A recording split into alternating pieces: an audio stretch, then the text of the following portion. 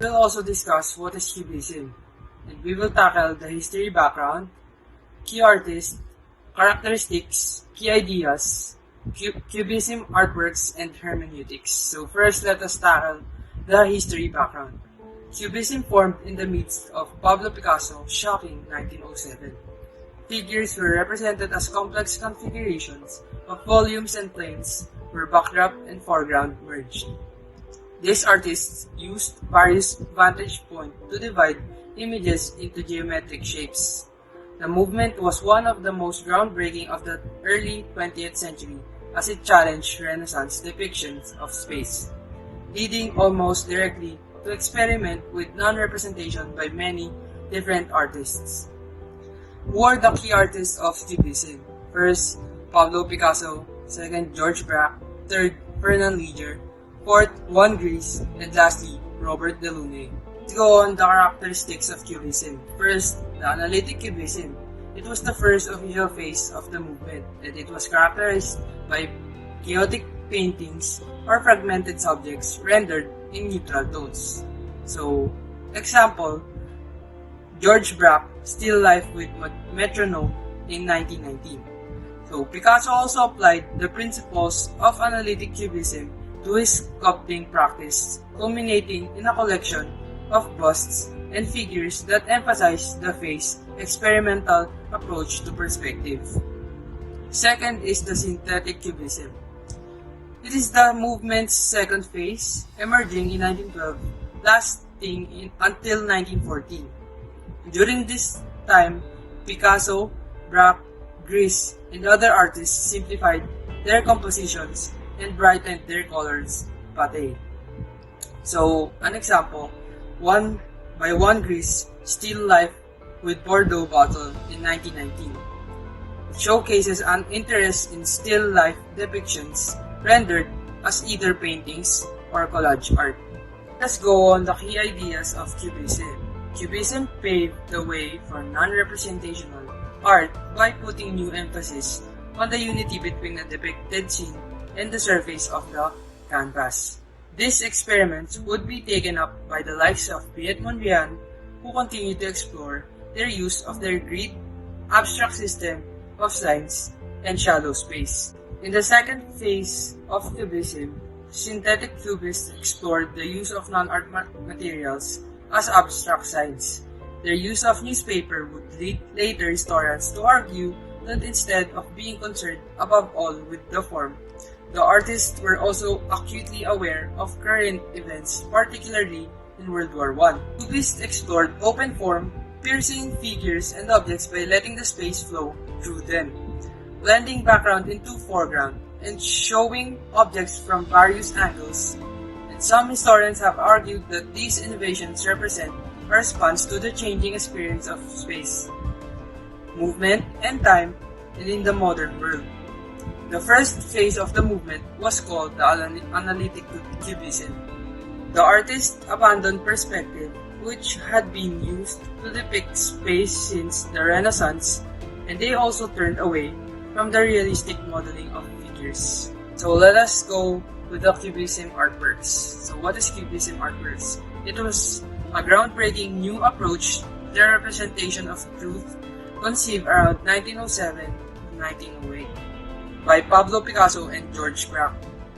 They placed together various views of subjects, usually objects or figures, in the same frame, resulting in paintings that seem blurred and abstract.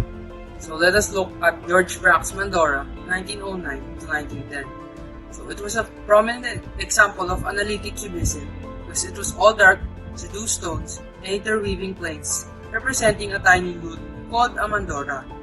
Its fractured style indicates a sense of freedom and acoustic reverberation that suits the topic of song. So Braque explained that he liked to use instruments in his cubist works, first because I was surrounded by them, and secondly because their plasticity, their sizes is linked to my particular idea of still life. So let us tackle the hermeneutics of Cubism.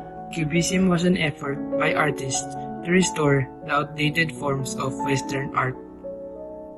The Cubists opposed traditional modes of representation such as perspective, which had been the standard since the Italian Renaissance. Cubism was one of the most prominent styles of the 20th century.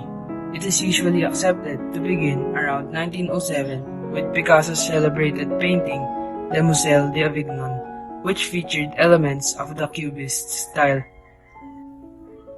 Cubism was an effort by artists to reinvigorate the tired forms of Western art that they felt had run their course. The first period of the movement was termed Analytical Cubism.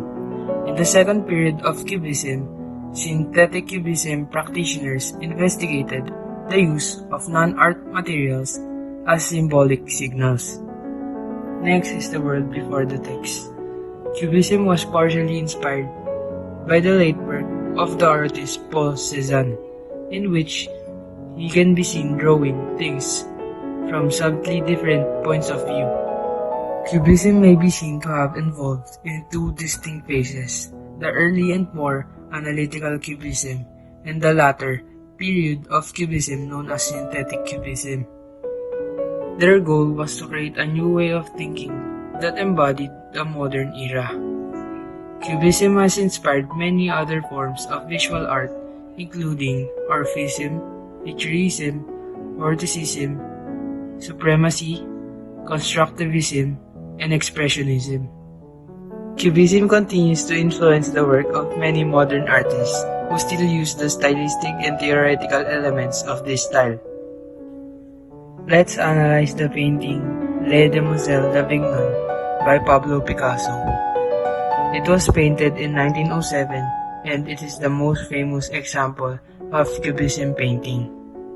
The artwork was previously considered to be unethical until it was first shown in public in 1916. Braque is one of the few artists who learned it carefully in 1907. As you can see in the picture, it's angular, flattened planes of color which run over the surface of the canvas. Their stiff, round bodies are flesh-colored black and white. These shapes are drawn angularly, not roundly patterned in light and dark shades of chiaroscuro. The colors are lustrous blue, strident gold, solid black and white. A visual language of geometrical planes and compact space that divided objects such as the human form, the landscape, or the still life scene into multifaceted fragments, making them partly abstract, flattened, and fractured, as if mirrored in a broken mirror. Cubism has become flatter, more abstract, and more decorative in its shapes and colors. It is less about seeing the world and more about the play of shape and color. The advent of collage transformed the way artists were painting. The disjointed surface of synthetic cubism have influenced both abstract artists with their focus on form and color, and surrealists for their juxtaposition of disparate objects.